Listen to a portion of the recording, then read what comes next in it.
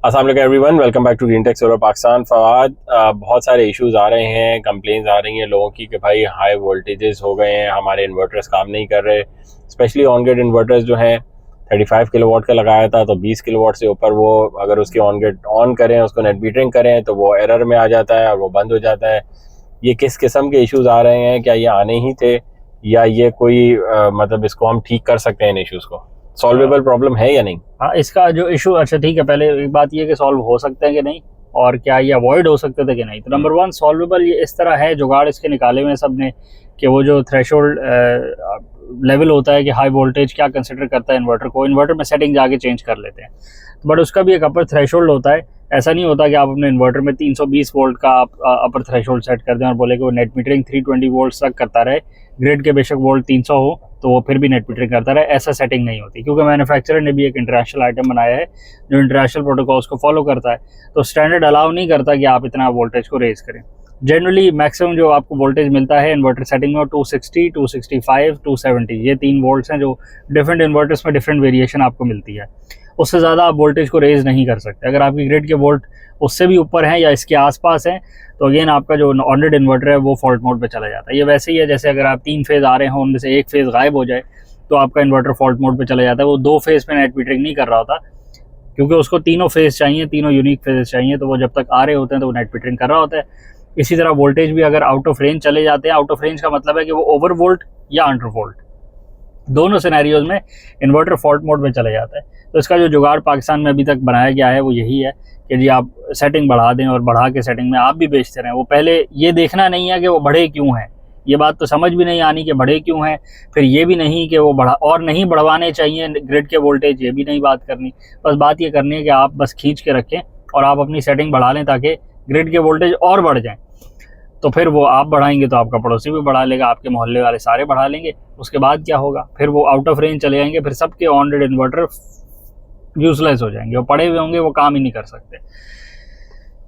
तो बस इसका यही हल है। अच्छा, दूसरा ये है कि अवॉइड कर सकते थे कि नहीं, तो अवॉइड ये हो सकता था अगर आप ऑन ग्रिड की तरफ ना जाते और अगर सारे मिल के कंज्यूमर जो थे वो प्रोड्यूसर ना बन जाते और प्रोड्यूस कर करके ग्रिड को ना बेचते, तो आप अवॉइड कर सकते थे। अगर आप सिर्फ सिस्टम उतना ही लगवाते जितना आपकी रिक्वायरमेंट थी, प्लस थोड़ा बहुत आप और थोड़ा बहुत बेच लेते। अगर आपकी दिन की रिक्वायरमेंट 3 किलोवाट की है और आप 5 किलोवाट का सिस्टम लगवाते हैं तो ग्रिड को फर्क नहीं पड़ता, फिर ग्रिड में वोल्टेज नहीं बढ़ते। अगर आपकी रिक्वायरमेंट 3 किलोवाट की है दिन के और आपने सिस्टम लगवाया हुआ है 30 किलोवाट का या 50 किलोवाट का या 100 किलोवाट का, तो फिर ये ग्रिड के हालात ये होते हैं जो हो रहे हैं। अभी भी सोलर की अडॉप्शन इतनी नहीं हुई कि आप बोलें कि जी सबने 5-5 किलोवाट के सिस्टम ही लगवाए थे इसलिए grid he out of volt चली गई। ऐसा नहीं होता। इतनी ग्रिड में कैपेसिटी है कि वो आपके थोड़े बहुत 2-4 किलोवाट की प्रोडक्शन को हैंडल कर ले, क्योंकि सोलर सबने लगवाया नहीं है। आपकी किसी भी गली में अगर आप देख लें, किसी भी मोहल्ले में देख लें, 50% भी सोलराइजेशन नहीं हुई भी। ये भी हम बहुत हाई एस्टिमेट 50% 50% तो नहीं हुई ना, 10% से ऊपर गए हुए नहीं है। ये होता है कि किसी मोहल्ले में आप बोल सकते हैं कि हाँ जी इस मोहल्ले में 20 घर थे तो उसमें से 10-12 ने लगवा लिया, ये तो देखने को मिलता है। ऐसा तो कोई नहीं दिखता कि पूरा मोहल्ला है और उसमें 100 के 100 घरों ने 100 घर थे, 100 के 100 ने सोलर लगवाया हुआ और उसकी वजह से आप कहें कि जी ग्रिड डिस्टेबलाइज हो गई है। ऐसा तो हुआ भाई नहीं है। तो अगर हर बंदा पहली बात सिस्टम अपनी रिक्वायरमेंट के मुताबिक लगवाता तो भी मसला नहीं आता। अगर वो सिस्टम समझ के लगवाता कि ऑन ग्रिड ही नहीं है, ऑन ग्रिड के यही मसले हैं, वो जो एक अनगिनत एक लिस्ट है ना, जो मसाइल की लिस्ट है ऑन ग्रिड की, वो ये उसमें से एक मसला है जो अभी आपको दिख रहा है, लगाने के 2, 3, 4, 5, 6 साल बाद आपको दिख रहा है। अच्छा, इसमें तो फवाद ये भी है ना कि मेरा सिस्टम जो लगा हुआ था 2 साल पहले मैंने लगवा लिया था ऑन ग्रिड सिस्टम, और उसमें आज ये इशू आ रहा है। आप पॉइंट समझ रहे हैं ना कि आपने कोई मसला नहीं, अगर जब आपने लगवाया तब इशू नहीं आ रहा, पर जब आपकी लाइन में सबने लगवा लेना है ना तो तब आपके पास ये इशू आना शुरू हो जाना है कि आपकी वोल्टेज हाई हो जाएगी और आपके इन्वर्टर्स ने काम नहीं करना। तो ये आपके हाथ में नहीं है, समझने की बात ये है। उसकी वजह यही है कि आपने जब सिस्टम लगवाया था ना तो आपने सोलर सिस्टम को काउंट नहीं किया था, आपने काउंट किया था कॉस्ट को, और आपने काउंट किया था सस्ती से सस्ती कोट को, सस्ते से सस्ते इंस्टॉलर को, सस्ते से सस्ते इन्वर्टर को, सस्ते पैनल्स को, सस्ती एग्जीक्यूशन को, लैक ऑफ नॉलेज को।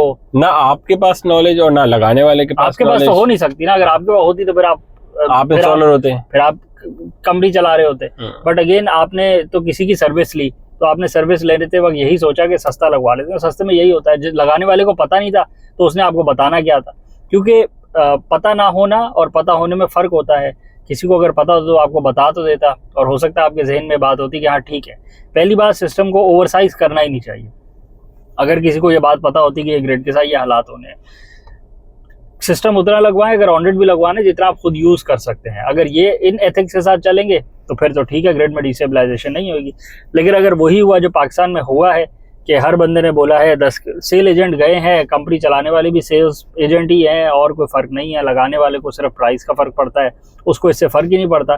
तो ये वो रेपरकशंस हैं जो इस पूरे सिस्टम में आए हैं। कंज्यूमर प्लस लगाने वाले जो इंस्टॉलर्स हैं, दोनों को मिलाएं जब, तो ये रिजल्ट निकलता है कि जो लापरवाही का एक रखा गया है तरीक़ाकार कि कोई नहीं हमारा तो जी लोड सैंक्शन हमने बढ़वा लिया है, हमने 50 करा लिया है, पीएमटी में हमारी जगह थी, हम एक्सीएन को जानते हैं, और या नहीं भी जानते, ऑफिशियली भी लोड बढ़ ही जाता है। तो आपने बोला मेरा वैसे 2 किलोवाट पे घर चलता था, मैं 20 पे नेट मीटरिंग करूंगा, 20 किलोवाट लोड सैंक्शन करा के 30 किलोवाट की नेट मीटरिंग करूंगा।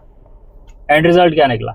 आप अकेले ही तो नहीं है ना जो ये काम कर सकते हैं, सभी ये कर सकते हैं, सबने कर लिया। एंड रिजल्ट क्या है? ग्रिड डिस्टेबलाइज हो रही है। और अब अभी ग्रिड ने मना नहीं किया, अभी कोई नेट मीटरिंग बैन नहीं हुई, अभी ग्रिड ने नहीं कहा कि हम आपसे 30 किलोवाट जिन्होंने लोड सैंक्शन बढ़वाया हुआ हम उनसे नेट मीटरिंग नहीं करेंगे, ऐसा नहीं कहा। अभी तो आपने खुद ही सिस्टम ही डिस्टेबलाइज कर लिया, अपना सिस्टम जीरो करवा के बैठ गए। और बात सिर्फ यही नहीं रुकी, आगे बहुत सारे सिंगल फेज के इन्वर्टर्स पे भी जहाँ पे इलीगल है आपकी नेट मीटरिंग करना, उस पे भी ऑन करवाए जा रहे हैं। अल्हम्दुलिल्लाह कस्टमर भी फोर्स करते हैं और लगाने वाले भी बोलते हैं जी कोई मसला ही नहीं है, कर रहे हैं, और हमारा क्या जा रहा है, आप ही की सिस्टम है, आप ही की ग्रिड है, खराब भी होगी तो आप ही लोगों के घर धमाका होगा, आप ही की चीजें होंगी। ये इन्हीं हरकत की वजह से तो ये चीजें हो रही हैं आगे। बिल्कुल, वर्क एथिक्स नामी कोई चीज नहीं है और प्रोफेशनलिज्म नामी भी कोई चीज नहीं है, और लगवाने वाले भी वैसे ही, लगाने वाले भी वैसे ही। तो फिर जो हो रहा है सबके साथ वो इसीलिए तो पैसे जाया हो रहे हैं। और फिर एंड रिजल्ट यही है कि आपने तो पैसे शुरू में बचा लिए थे, लेकिन आपको ना खुद समझ आया था सिस्टम होता क्या है, ना लगाने वाले को समझ आया था। एंड रिजल्ट यही है कि सिस्टम अब बेकार हो जाएगा। अब आपको क्या करना पड़ेगा? अब आपको स्विच करके सेल्फ कंजम्पशन के ऊपर आना पड़ेगा। और आपको वो जो बैटरी बुरी लगती थी कि बैटरी क्यों लगवाएं हम, तो आपको छोटी मोटी बैटरी भी साथ में लगानी पड़ेगी ताकि आपका सिस्टम रिलायबली चले। उसके बगैर कोई हल नहीं है। ग्रिड को ओवर एक्साइट हो गई है, उसको अंडर एक्साइट आप कर ही नहीं सकते। और आप अकेले क्या अपना सिस्टम को कर्टेल कर देंगे, उसके प्रोडक्शन को कम कर देंगे, तो आपका पड़ोसी तो नहीं कर रहा। अब आप जाके उसको बताएं कि भाई तुम भी कम करो, मैं भी कम करूं। इतनी अगर यहाँ पे यूनिटी होती और इतने वर्क एथिक्स होते तो पहले ही आप एथिकल काम ना करते। एथिकल कंसिडरेशन तो यहाँ जीरो है, तो उस जीरोनेस में आप क्या एक्सपेक्ट करेंगे कि आपके कम करने से बाकी आप कम करेंगे, अगला बढ़ा लेगा कि हाँ ग्रिड में जगह आ गई है, ग्रिड में अब और नेट मीटरिंग हो सकती है, खींच के रखोगा। बिल्कुल ऐसे। तो ये रिजल्ट है। जो ग्रिड में वोल्टेज बढ़े हैं उसकी वजह सिर्फ और सिर्फ अनएथिकल प्रैक्टिसेस है।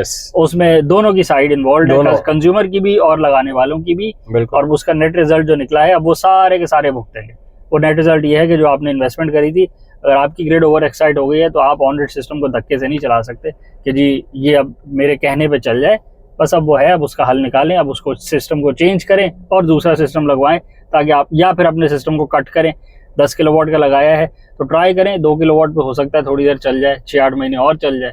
और अगर वो भी नहीं चलता तो 1 किलोवाट पे चला लें। चले करें रैप अप। चैनल को लाइक करें, सब्सक्राइब करें, ज़्यादा शेयर करें, कमेंट से बताएं आपकी ग्रिड के वोल्टेज अभी ठीक है या नहीं ठीक, और अगर क्यों नहीं, अगर अभी तक ठीक है तो उसकी क्या वजह है, और नहीं ठीक तो उसकी क्या वजह है।